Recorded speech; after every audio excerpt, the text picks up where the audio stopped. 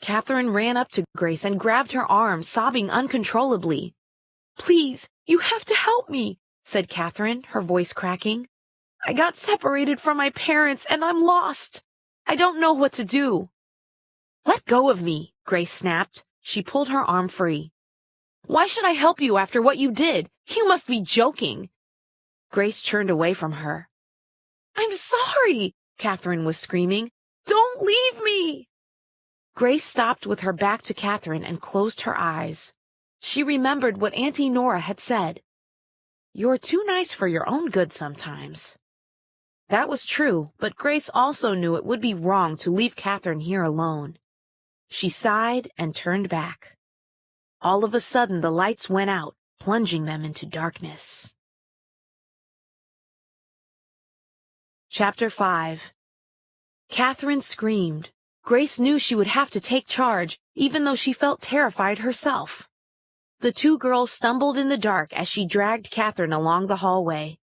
After a while, they came to an area where the lights were still flickering. But now the floor started to shake, and the hallway seemed to tip even more sharply. Grace felt like she was in a nightmare as they turned down hallway after hallway, but at last they came to a staircase that Grace recognized. It would take them to the main deck. They climbed upward, only to discover that things had gotten much worse.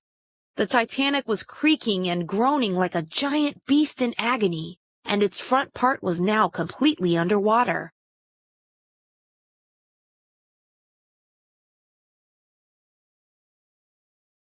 Most of the lifeboats had been launched, but there still seemed to be as many passengers on board the Titanic as ever. Grace saw quite a few people struggling into life preservers and jumping into the icy sea far below. "Come on, this way," Grace said, and she pulled Catherine toward a lifeboat that hadn't been launched yet.